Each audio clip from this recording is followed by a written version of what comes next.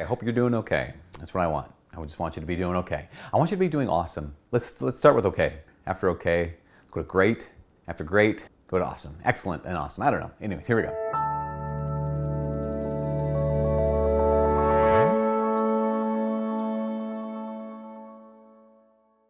Hi, my name is Father Mike Schmitz, and this is Ascension Presents. In John's Gospel, a number of times Jesus says, remain in me, right? So in the Last Supper discourse, he says this a lot. In fact, at one point, Jesus says, remain in me, that apart from me, you can do nothing. And I did a whole, my last year of seminary, kind of the big paper I had to write for this really tough class was, I wrote it on that word, basically what it is to remain in Christ, and went all into this whole theological stuff, into the Greek about it, and just so complex and so powerful, because it's like, again, Jesus says very clearly, remain in me as I remain in the Father, and just like how powerful those words are, and they're so deep, and they're so there can be so many layers to it.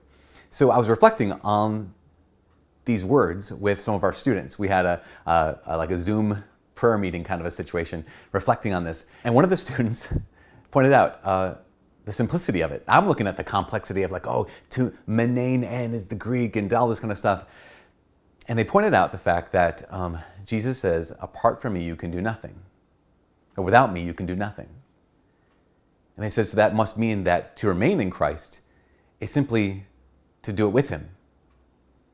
And I was like, well, yeah. And they said, so I think that just, to pray always, to remain in Christ is simply whatever you do it with Jesus. It's like, oh, yeah. You basically, whatever next step you're going to take, say, Jesus, come with. I don't know if you've ever had that phrase. In Minnesota, we say things like, you want to go with? Or even say, do you want to go with? Means, do you want to go with? Or do you want to come with? Basically, getting down to it and just really simple, to remain in Jesus is whatever next step we take is say to the Lord, Lord, could you come with? Would you go with me? Lord, take this next step with me. It doesn't have to be because it's super scary, because it's super intimidating, or because it's overwhelming. It could be, I'm going for a run. Jesus, do you want to go with? It's simple as that. Going for a drive. Jesus, want to come with? Because that's what you would do with someone that you loved. You would invite them with. And there's something that we miss when we make it too complicated. You say, well, how do you do that? How do you do it is, how do you invite someone along with you? Will you ask them, A. B, I think it looks like this. You look upon them. Maybe it's this. One of our missionaries said, I think that it's when you just gaze upon Jesus. Like the interior gaze, right? That sense of, I'm aware that he's here. I'm aware that he's present. Remember, there's this thing called the practice of the presence of God. The practice of the presence of God, because it's practice, right? It's not just something automatic. It's something that we have to learn. And so what's going to happen is if you want to do this, you want to live this life where we remain in Christ, and we go with him or ask him to come with us, it's going to take practice. It's going to take being reminded of that numerous times during the day. I remember reading a book that was talking about the practice of the presence of God. And the author said, how I do it is as my fingers are on the keys of my computer, as I'm typing this, I am aware that Jesus is here. With every time I tap a key, Jesus, you're with me. You're typing this with me. You're writing this book with me, that I'm here with you. And he says, if I have to remind myself that 1,000 times a day, that's great. He doesn't make it burdensome. He doesn't make it, and I've been trying to do this, not to make it oh, shoot, I forgot to do that, or I haven't done it for the last 3 days. I forgot for the last 3 days. I'm going to beat myself up. No. Just, oh, yeah, Jesus, come with. As simple as that. So when you invite him, secondly, you gaze upon him. And third, you speak to him because he's present. And so if you're, this is one of the things, it's been such a gift to be able to exercise and to be able to talk to the Lord. It might be just for a walk, be able to talk to the Lord. Because I'm out in the woods, there's this woods behind the house here right off campus. And to go for a run and just to be able to, as I'm running, have a conversation with Jesus.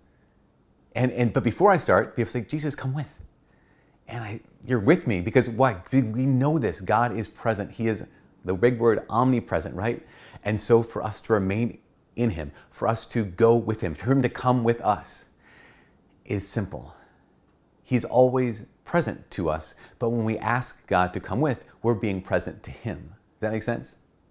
Now, in all this, so you practice it, right? You invite him with, you gaze upon him, you speak to him, you practice this. The question comes up, well, what will that be like? Well, what does that look like? What does that feel like? And the answer to that question is, I don't know. What I mean by I don't know is, we have a priest in our diocese. He's so smart, super wise guy. His name is also Father Michael. This missionary asked him that question. Father, what do I expect when I ask Jesus to come with? When I want to go with him? And Father Michael said to him, he said, so wisely, he said, well, no, the Lord is free. God is not our ATM, right? He's not, you punch in the right numbers and he's going to give you exactly what you asked for. He's not robotic in his love for you. And so sometimes it might seem amazing and there's great blessings to that. There's great feelings with that. Sometimes it's nothing, you feel nothing. And sometimes it might even be difficult. Because why? Because God is free. And he's free to love us as he wills. He always loves us how we need, right? He always loves us as we need. But he's free to love us as he wills. And so what's it going to be like? Well, it's going to be what we need. How is he going to respond? He's going to respond how we need him to. Again, either with that consolation, this is really good, with maybe nothing, just know here with me, and I don't need to worry about that, I'm not going to fret. Or maybe it's difficult, and we have to keep reminding of this, being reminded of this, and that's okay. Because how's God going to respond? What's going to be like? It's going to be exactly what you need it to be. Why? Because God is free, and he loves you very, very much. So to remain in him, to go with him, to say, Jesus, come with me, takes practice. But the fruit of it always comes from the one we've asked to come with. The fruit of it always comes from the one who said, remain in me, and I'll remain in you. Go with him. Jesus, come along.